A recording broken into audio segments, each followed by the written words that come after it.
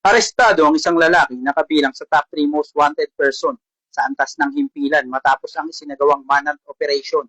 Isang 43 taong gulang na karpintero at residente ng San Jose del Monte, Bulacan.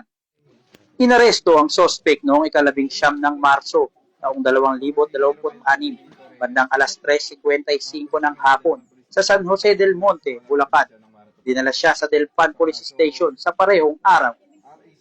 Ayon sa ulat, ang operasyon ay sinagawa ng mga tauhan ng Intelligence and Warrant Subpoena Section ng Police Station 12 sa pangunguna ni Police Lieutenant Ferdinand G. Omli sa ilalim ng direktang supervisyon ni Police Lieutenant Colonel Filimon B. Cacap.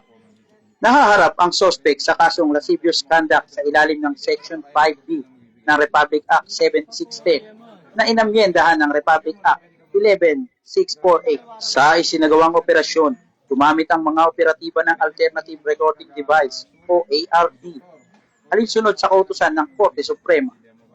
Samantala, ipinaalam sa suspect ang kanyang mga karapatan sa wikang kanyang nauunawaan.